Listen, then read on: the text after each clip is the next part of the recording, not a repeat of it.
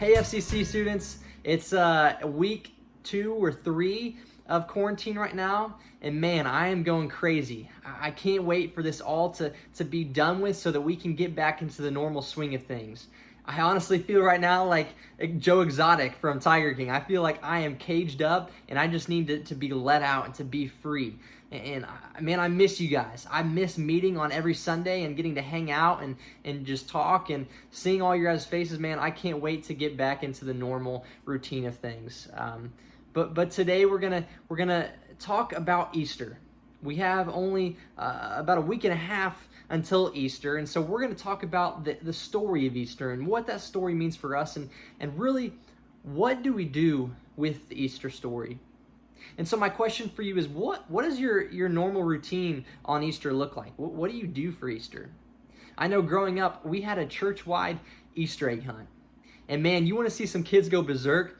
You fill some plastic eggs up with chocolate and the occasional quarter and dime and nickel, and you hide them and just let them go buck wild and run around. Man, you'll see a bloodbath out there. I remember when I was doing it, I had no mercy. I was just trucking kids, throwing them out of the way, getting all the Easter eggs I could find. I turned into Ray Lewis, and I was just going after everything. And I don't know what that is for you. Maybe you have more of an exclusive family tradition, something that only you and your family do. Maybe it's maybe it is an Easter egg hunt for your family, or maybe it's painting eggs, or maybe it's a big family dinner. And I don't know what that is, but what I think that we do with Easter is we tend to make Easter about us. We tend to make Easter exclusive, and it's we do things with only our family. You know, you go to church with your family on Easter. You take family pictures. You have a family dinner. You have a family Easter egg hunt. We do these things that are exclusive. But I think we miss the picture. The story of Easter is not something that's meant to be exclusive, not something that's just meant to be for me and my family and you and your family, but it's something bigger than that. The story of Easter is for everyone and anyone. And so that's what I want to talk about today. We're going to look at Matthew 28. So Jesus has died on the cross, and we're getting to the point where he has risen from the dead. And so Matthew 28, starting verse 8, says this. So the woman hurried away from the tomb, afraid yet filled with joy, and ran to tell his disciples. Suddenly Jesus met them. "Greetings," he said.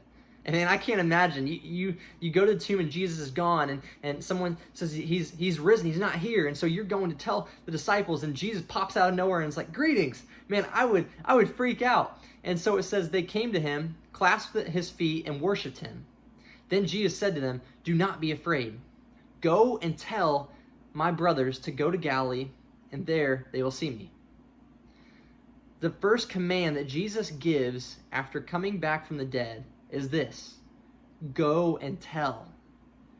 Go and tell my disciples that I'm back. The first command Jesus gives us is to share, to go and tell people of the good news of his return. And then in Matthew 28:19, just a couple verses later, this is what's called the Great Commission, this command that Jesus gives his disciples and gives us. It says this: "Therefore, go and make disciples of all nations, baptizing them in the name of the Father and of the Son and of the Holy Spirit."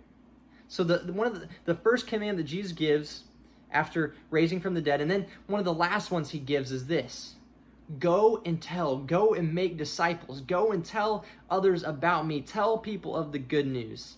Share it. Don't hide it, but share it.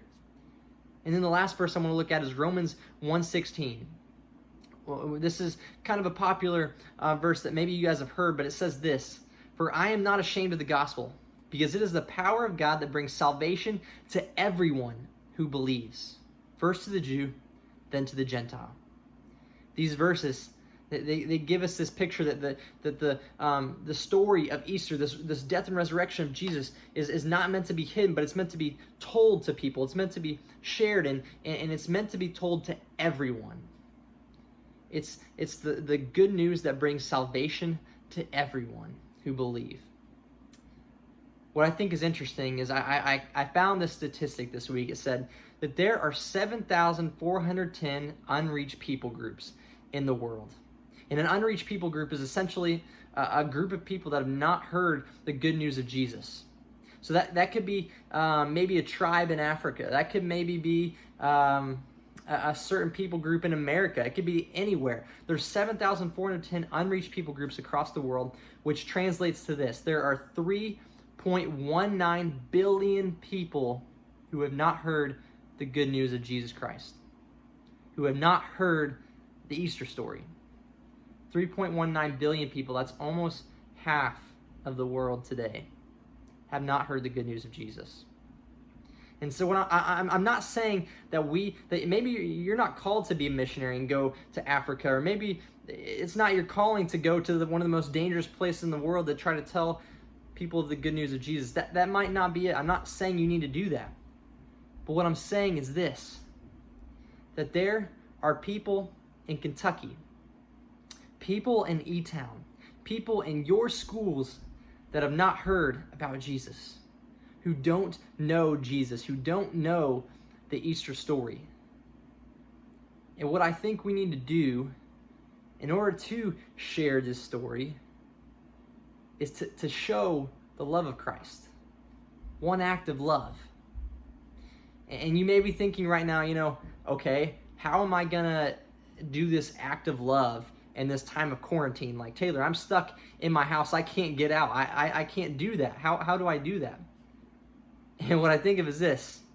As SpongeBob or Patrick says, we have technology. We have the capability to reach people in a unique way. And so I challenge you guys. I think that we can do these acts of love through multiple outlets. You can comment maybe on someone's post, an encouraging comment to someone who has posted a picture, or maybe texting a friend that you haven't talked to in a while, just saying hey. Or maybe it's talking to someone who maybe you're not as close with and saying, hey, I just want to know, is there anything I can do to pray for you? Is there any way I can help you out? There's multiple ways in which we can do that one act of kindness, that one act of love. Because I believe that one act of love can open a door to change in someone. Because I heard it said this, that you may be the only Bible that people ever read. You may be the closest thing to Jesus that people ever get to experience. So what is that the people are going to read? How are they going to experience Jesus through you? I think that today we often think that people don't want to know about God. People don't want anything to do with God. But I honestly think that it's because they don't see the importance of knowing God. I found another fact this week. It says that a generation ago, 8 out of 10 non-going church members would have said no when you invited them to church. But today, 8 out of 10 would say yes, simply if you invited them.